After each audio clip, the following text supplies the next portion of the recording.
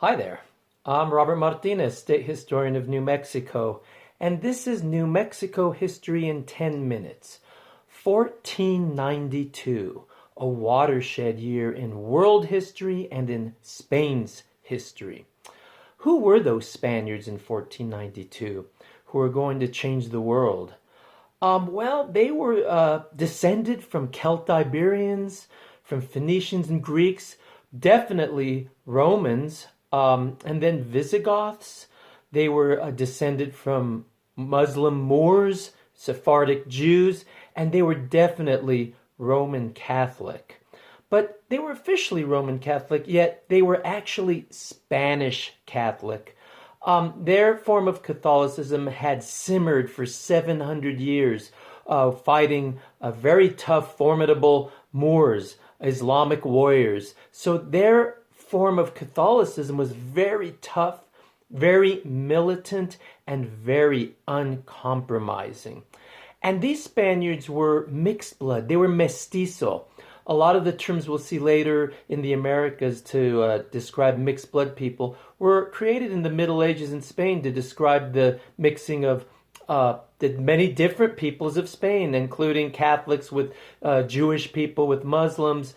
So these people were definitely a unique kind of people. They were European, but not quite. They were North African, but not really. And they were ready to take their civilization around the world. Columbus and his sailors sailed for the crown of Castile and Leon. Okay? These were Spanish people. Cristobal Colon, Christopher Columbus, he sailed as a Spaniard.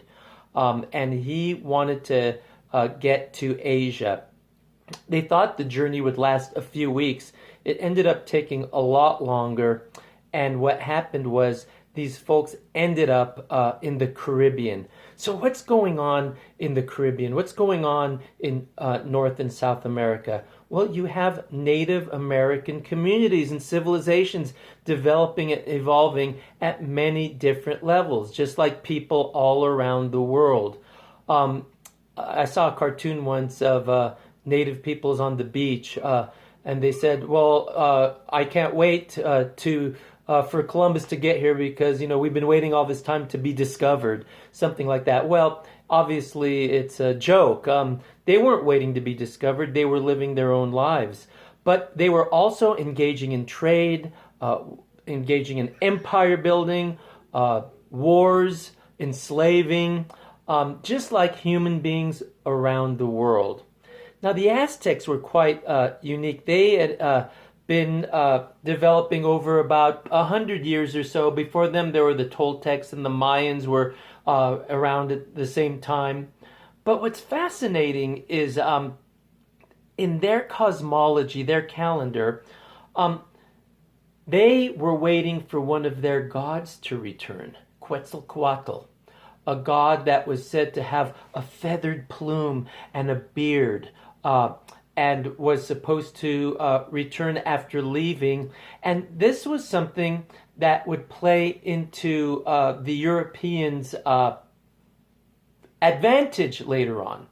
But what had to happen before that was Columbus and his men had to land in October on an island in the Caribbean. And this started the Age of Discovery, 1492, okay? So what the Spaniards do first is establish themselves in the Caribbean and ultimately start to explore from there, from Cuba.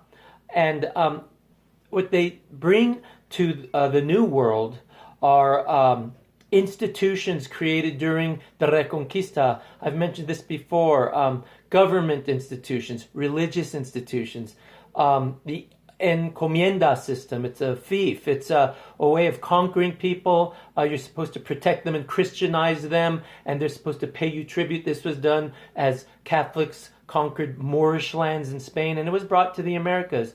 It was a form of slavery too, servitude.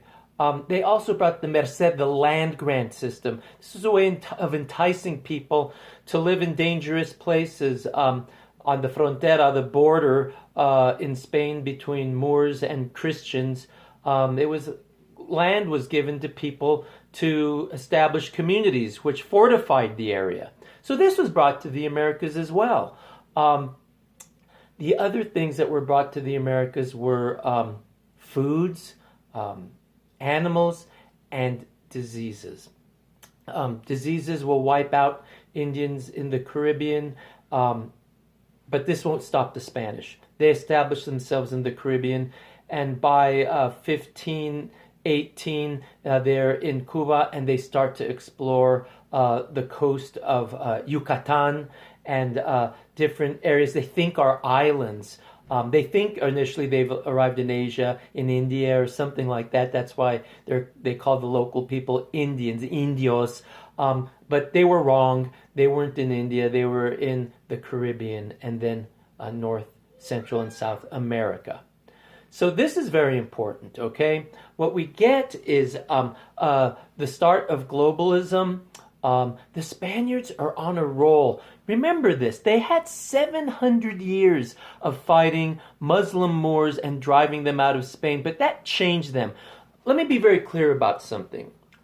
When one group conquers another to create an empire, conquest clearly changes the conquered, but it also changes the conquerors, okay? So when the Spaniards expelled the Jews and the Muslims, they themselves were very Jewish and very Muslim as well. And their Catholicism, obviously, they felt was the superior religion. So these folks were on a roll. Once the Moors were expelled from Granada, Spain in 1492, they were on a roll. They were ready to keep going. So when Columbus and his sailors bumped into America, they were ready to keep that spirit of the Reconquista, the reconquest, going.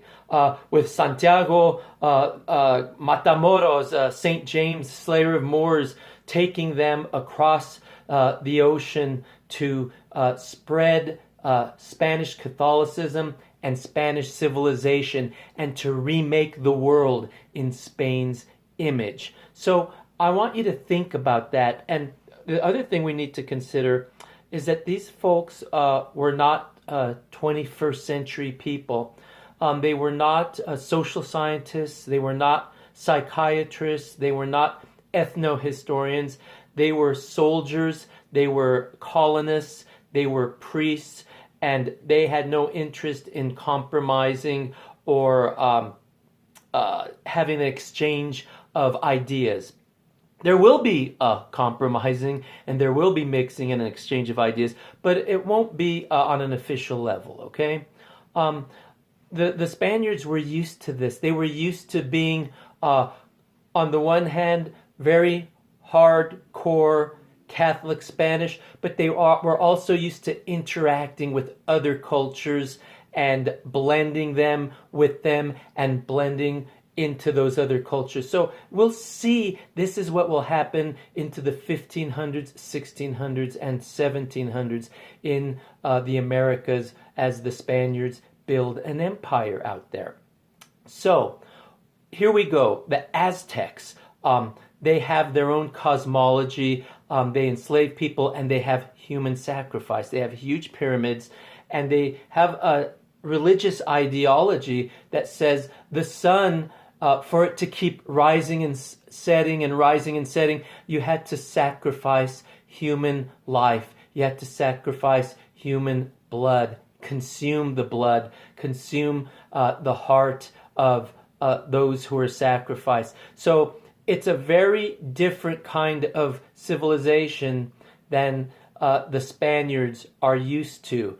But we will see over the 20 years from say 1492 to 1512, 1519, we're going to see a clash of civilizations and a war between worlds that will change everyone. Thank you for staying with me. Next time we're going to get into Mexico and then finally New Mexico. Hasta pronto.